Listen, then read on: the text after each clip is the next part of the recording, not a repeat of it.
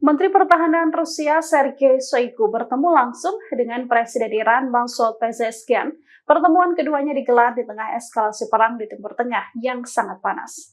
Sergei Shoigu tiba di Teheran, Iran pada Senin 5 Agustus untuk berdiskusi dengan pejabat senior Iran menyusul tewasnya Ismail Haniyeh di ibu kota Iran.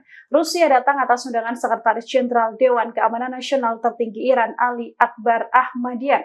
Selain memperkuat komunikasi, pertemuan kedua tokoh ini juga untuk menjaga dan mengantisipasi konflik pecah di Timur Tengah. Presiden Iran juga menegaskan pertemuan dan diskusi antara Iran dan Rusia ini sebagai hari akhir dan ancaman besar bagi Amerika Serikat. Sementara itu, Shoigu menegaskan bahwa Iran adalah sekutu utama Rusia, sehingga Rusia akan all out memberikan dukungan pada Iran menghadapi serangan dari Israel dan sekutunya.